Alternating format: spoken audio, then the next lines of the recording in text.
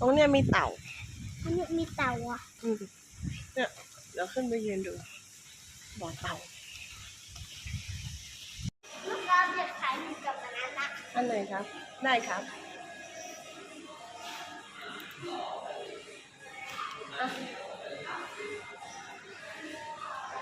เอาไปถ่าย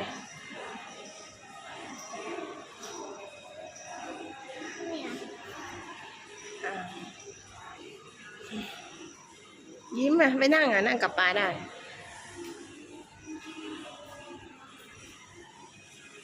นั่ง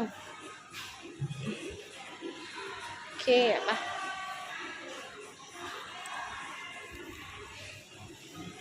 เอารับเฉพาะเงินสดเหรอ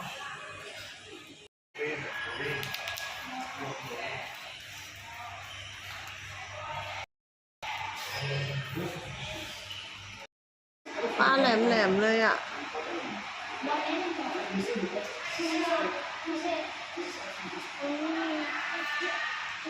ปลาอะไรอยู่ในนั้นด้วยอ่ะ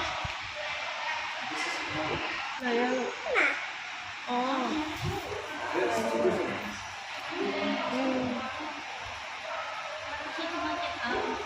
นี่ไงมีอีกตัวนึงอยู่ใต้นี้เห็นไหมน่าจะตัวเดียวกันอยู่ด้วยกัน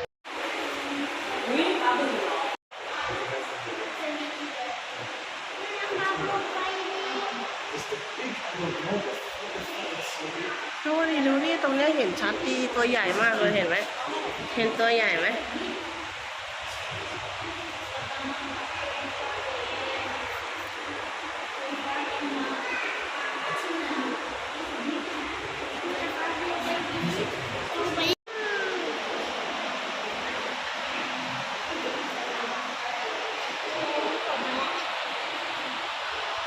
แล้วไปยืนเทียบกับปลาซิว่าตัวใหญ่แค่ไหน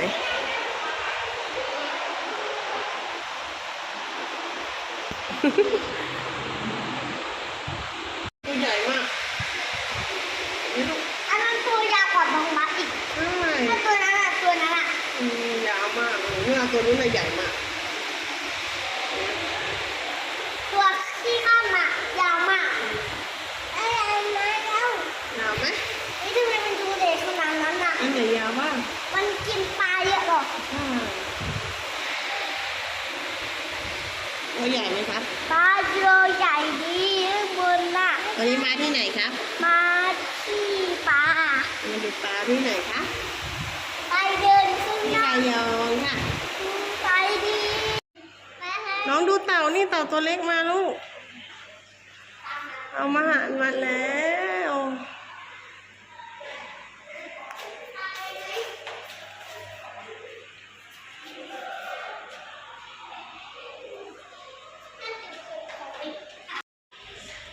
ใช่นะ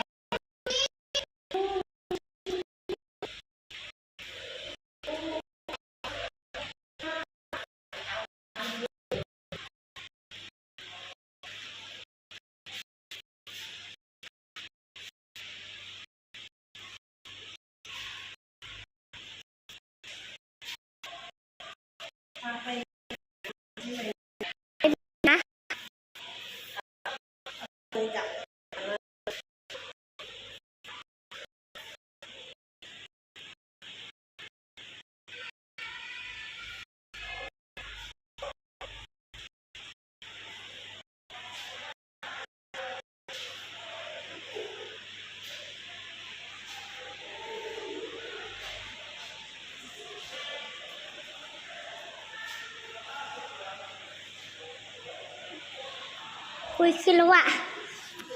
ไม่ดีเดี๋ยวค่อยส่งโต๊ะยังไม่รับเลยนี่ถ่ายอันนี้ก่อนถ่ายปลาก่อนโอ้ตัวยาวมาก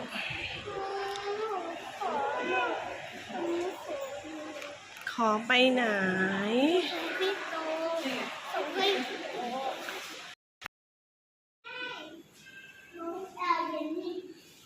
ไอเย็น